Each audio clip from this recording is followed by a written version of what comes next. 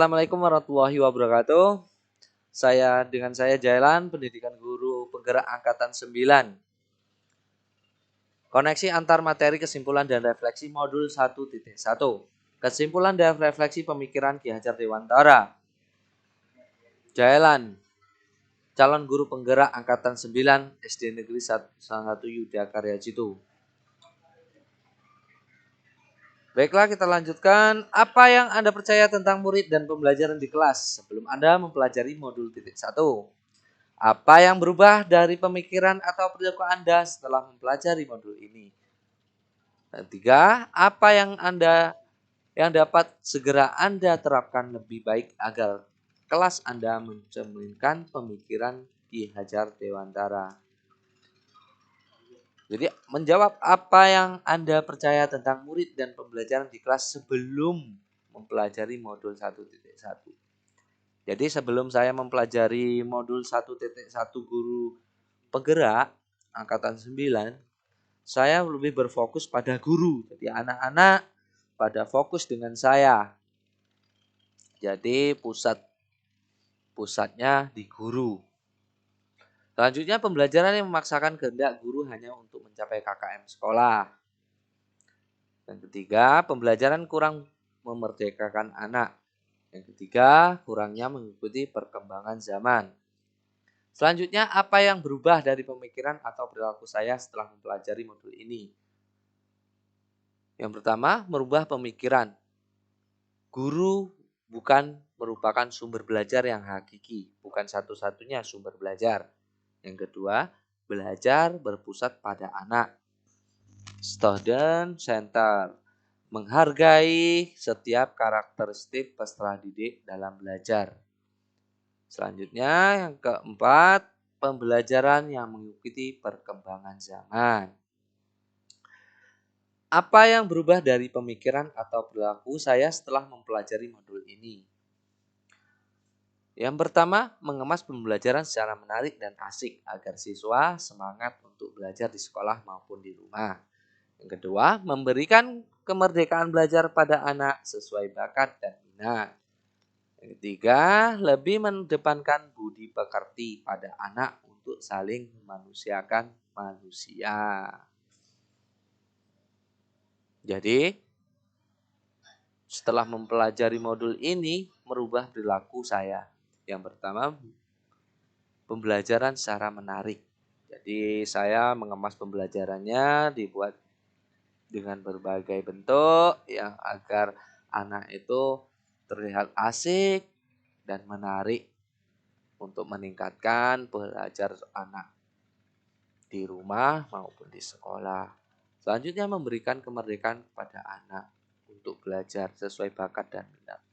Jadi saya sudah tidak lagi menuntut dan menuntut. Jadi saya sebagai guru sekarang lebih fokus untuk menuntun anak belajar sesuai dengan bakat dan minatnya. Selanjutnya, lebih mengedepankan budi pekerti pada anak.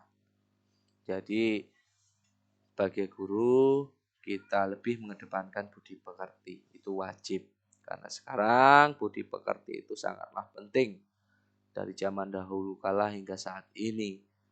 Banyak sekali perilaku sosial yang melenceng. Jadi kita sebagai guru harus mengedepankan pendidikan budi pekerti pada anak. Apa yang dapat segera saya lakukan agar pembelajaran di kelas mencerminkan pemikiran Ki Hajar Dewantara? Yang pertama, merancang pembelajaran di kelas interaktif dan menyenangkan dengan melibatkan peserta didik agar mendapatkan kemerdekaan belajar. Jadi kita merancang pembelajaran itu agar di kelas bisa menyenangkan, itu harus melibatkan peserta didik. Jadi jangan kita sebagai modeling, kita bersama dengan murid, kita belajar bersama, yang kita melibatkan anak-anak didik kita agar mereka tidak bosan. Selanjutnya, menerapkan pembelajaran berbasis kearifan lokal dengan mengikuti perkembangan zaman saat ini. Jadi kita tidak boleh dalam artian menampilkan atau alat pembelajarannya terlalu kuno. Kita harus mengikuti zaman dan menyesuaikan kearifan lokal. Contoh-contohnya, jangan kita tidak ikut serta menanamkan kearifan lokal. Jangan sampai kearifan lokal kita hilang karena banyak sekali kearifan-kearifan lokal kita yang sudah diakui oleh negara-negara lain. Kita harus menanamkan itu pada anak-anak didik kita. Yang ketiga, penerapan pembelajaran Merdeka Belajar dan mengintegrasikan setiap pembelajaran dengan pencapaian profil Pancasila. Jadi, penerapan pembelajaran Merdeka Belajar itu wajib kita harus ya mencapai profil Pancasila. Jadi anak-anak kita dari dini kita harus ajari tentang Pancasila. Ya. Jadi biar anak-anak kita itu tidak lupa dan tidak menyepelekan tentang Pancasila. Selanjutnya pembelajaran mengutamakan budi pekerti yang luhur. Nah, pembelajaran pengetahuan budi pekerti yang luhur itu adalah harus mengedepankan saling menghormati, memanusiakan manusia, tidak mudah mencela teman, dan lain-lain. Kita harus tanamkan budi pekerti yang baik pada anak-anak kita. Kita selalu mengingatkan, mengemong, agar budi pekerti anak didik kita lebih baik lagi. Selanjutnya, menerapkan sistem pembelajaran yang menuntun, bukan menuntut. Nah, maksudnya di sini adalah kita tidak boleh lagi menuntut anak itu harus bisa seluruh aspek pembelajaran, aspek mata pelajaran. Karena kita sudah menyalahi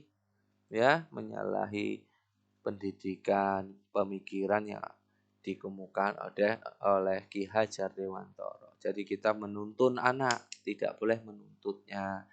Kita menuntun sesuai bakat dan minat mereka.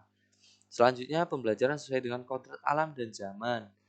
Jadi kita menyusun pembelajaran itu harus sesuai dengan alam sekitar kita. Kebudayaannya apa? Terus tak lupa kebudayaan tersebut dikemas dengan teknologi-teknologi yang terbaru sesuai zaman yang saat ini kita lakukan, kita alami. Selanjutnya belajar dan bermain dikolaborasikan agar anak lebih nyaman dan senang. Jadi belajar dan bermain itu untuk anak itu sangatlah penting. Karena apa? Karena membuat anak lebih nyaman dan merasa senang. Apabila kita sudah membuat anak kita nyaman dan senang, mudah-mudahan tujuan pendidikan kita akan tercapai dengan baik. Jadi kita harus kolaborasikan belajar dan bermainnya. Jadi kesimpulannya adalah menuntun anak sesuai dengan minat dan bakatnya. Yang selanjutnya, penanaman budi pekerti wajib ditanamkan karena pendidikan bukan hanya ilmu akademis. Terus selanjutnya berhamba kepada anak merupakan sejatinya pendidikan. Jadi berhamba kepada anak merupakan sejati pendidikan, maksudnya ialah kita harus mengetahui karakteristik anak didik kita. Jadi kita berhamba kepada mereka agar mereka bisa mencapai kodrat alam dan kodrat zamannya. Bisa berbudi pekerti yang baik. Jadi seperti itu.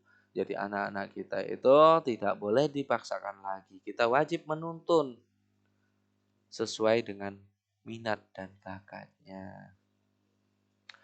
Jadi itulah kesimpulan dari pemahaman materi 1.1 tentang Ki Hajar Dewantara, pemikiran Ki Hajar Dewantara yang saya dapat kemukakan. Oke, terima kasih. Bergerak, tergerak, dan menggerakkan. Wassalamualaikum warahmatullahi wabarakatuh.